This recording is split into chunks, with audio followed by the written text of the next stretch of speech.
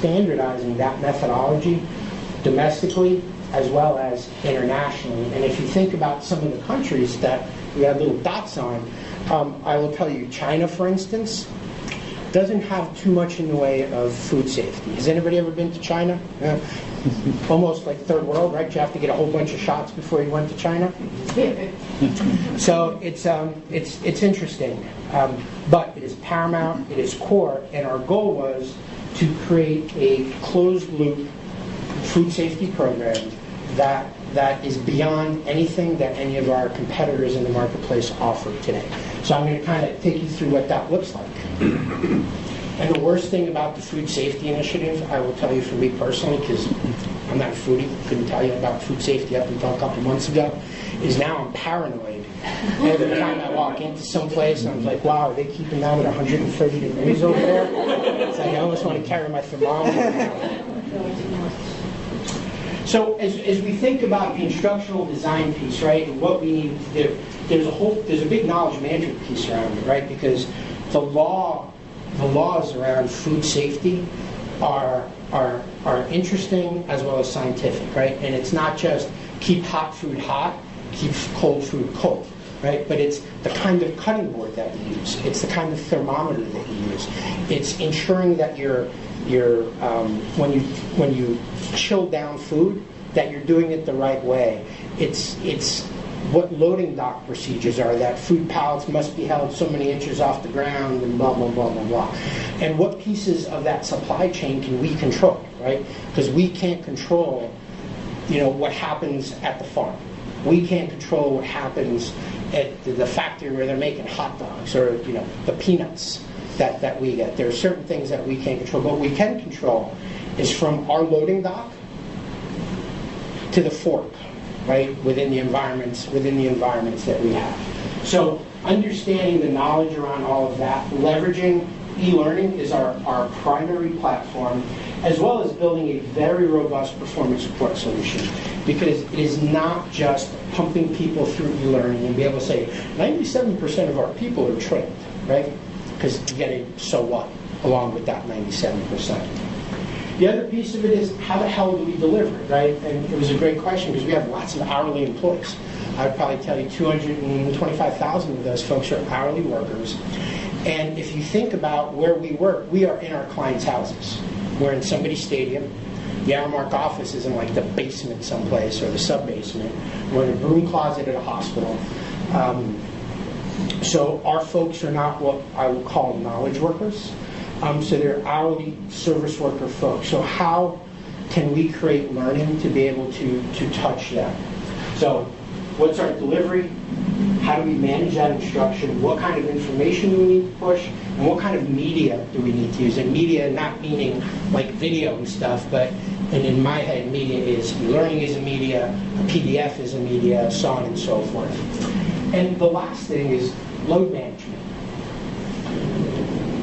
One of the things that I do is manage the amount of load that we're putting on the organization. How many hours of instruction are we putting on these people? Because not only do they have to do all of this stuff, but they have to run a business too, right? And we are not the type of organization that overstaffs. So how do we create and deploy this type of learning and not make it intrusive to the business and not adversely impact the productivity of the business because we're just pushing down too much from corporate because we don't get what's going on at the front lines. So our closed loop process. Well, the first thing we start with is training our managers and creating a benchmark across the organization for training, right? So how committed are we to food safety? Well, we talked about the NRA and ServSafe, right? But there's something called ServSafe Starters. Used to be Starters, now it's food handler training, the same. That's a 2-hour course if you take it online, or it's available paper-based, right? And it's intended for people who are food handlers, right? Very simple. But at ARAMARK, guess who has to go through that course as we're rolling it out? And don't answer. Supervisors. How about presidents? Yep. Am I right? All the way from our presidents down, right? But you have an option out, right? We said, okay, well, we're a food business, put people through this basic stuff, they're already certified at a higher level with NRA. So I said, all right, you want to test out? We'll roll that way too. So you have two options to get credit. Option one, take the 2-hour course. Option two, give us your NRA's ServSafe license number, right? That's learning object one. Then download a 2-page document that has the difference between the ARAMARK standards and NRA standards, because ours are a hair more stringent than the NRA's. And option three is you take the quiz, and you pass the quiz. The key is you get to take the quiz once. Because if you're a food safety expert, and you can't pass a very basic food handler course, guess what? You need to take the 2-hour course again. So if you think about that all in, our global president said, you know what? All salaried employees need to go through this training. All meaning presidents, EVPs, SVPs, HRVPs, VPOs, DM, GM, blah, blah, blah. So we are definitely into it, right? From there, we're going to push down and standardize training and push training down to our hourly workforce, right? So that's the training piece of it. Then, quality assurance audits, right? It's interesting if somebody goes and does a self-audit, right? But when you're auditing yourself, you're auditing yourself. Well, what we're doing is we're bringing in a third party, Ecolab, EcoSure, right? Our goal is within the next probably 1.5 to 2 years, at a minimum, all of our food accounts will be audited at least once per year. And if they don't pass, they will be re-audited again as part of a remediation process. All done by Ecolab, which is a third-party inspection. On top of that, all food safety, get health departments audit. There's a whole bunch of other auditing processes. But we wanted something for us against our standards. Now you get to the remediation process. So let's say there's certain parts of that audit that you didn't do so well on. Well, what's going to happen is once you get that grade, you're going to have to go in and put in your remediation plan.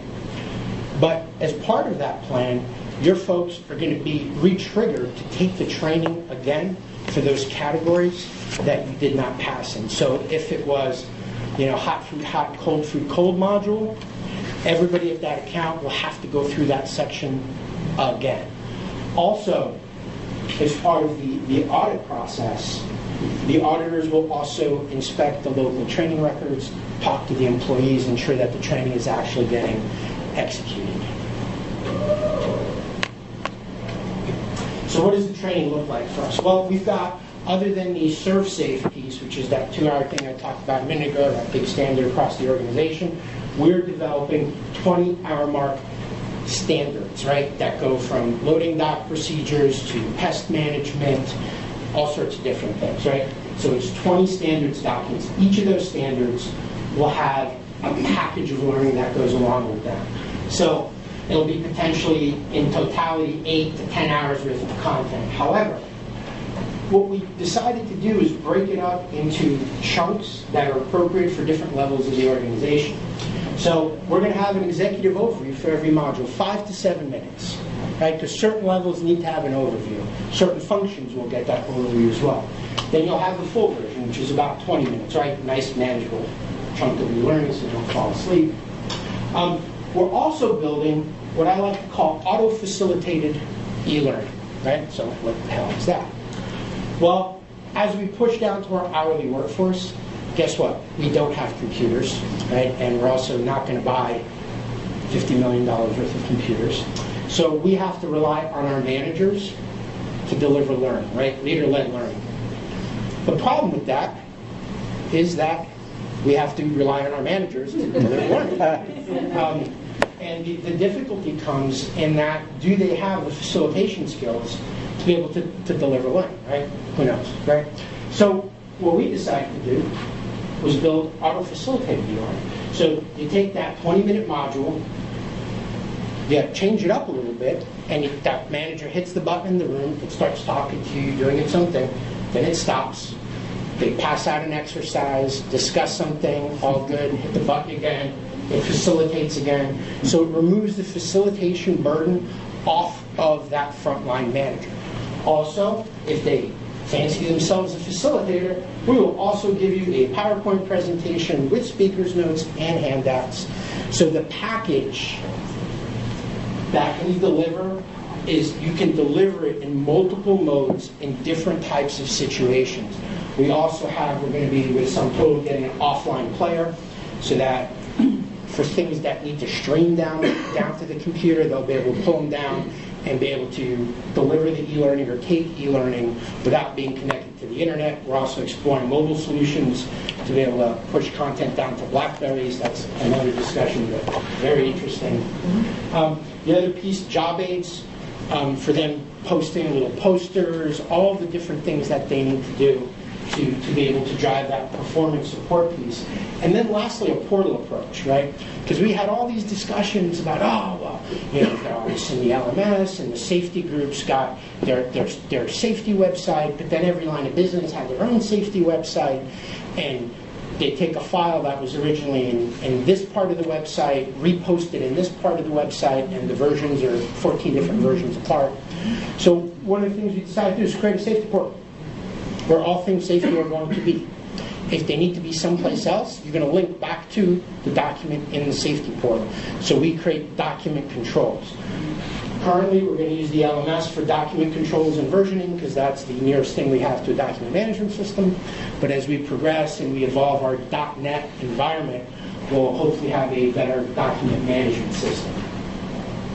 So these are the different packages we're offering. We're partnering with Skillsoft to be able to develop this content.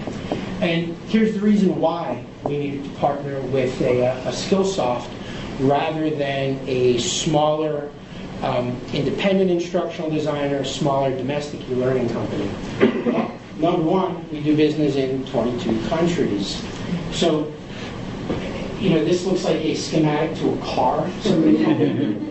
And this is basically a workflow, at least the workflow in my head, of what it takes to start from a standards document that we've agreed upon, and what spits out at the other end is an e-learning module. And all the reviews and blah, blah, blah, and it goes into production and so on and so forth, and then you lock the content, because if you change your mind once you get past this, then the meter starts running again with the vendor and you start writing more checks. That's one module to be produced. Then that module has to be translated, right? So translation is not cheap, if anybody's ever had to translate stuff, because it's not only translates that text, but the damn voice has to be in a different language too.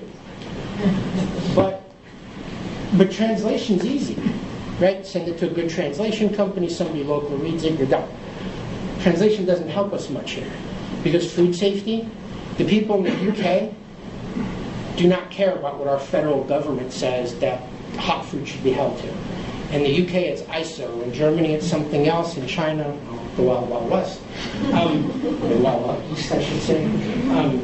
So all of this content has to be localized, right? We don't have instructional design resources in all of these countries. So we partnered with Skillsoft because they do have that type of global reach. The goal here was that once we get done with this, we translate the standards docs, the storyboards, then they go to each of the countries. Now there's an instructional designer that partners with our in-country folks to localize that to the local jurisdictions. So if you think about that, though, where it gets scary and painful and where I start to get dizzy, we're developing standards 3 at a time, domestically. So basically what that means, if we go to 10, we're looking at 33 standards that are in development at any time, right? And then because you can't just develop 3 and then wait till all those are locked and done until you start developing the next 3, as the first group of 3 start about 75% of the way, you got to start on the next group.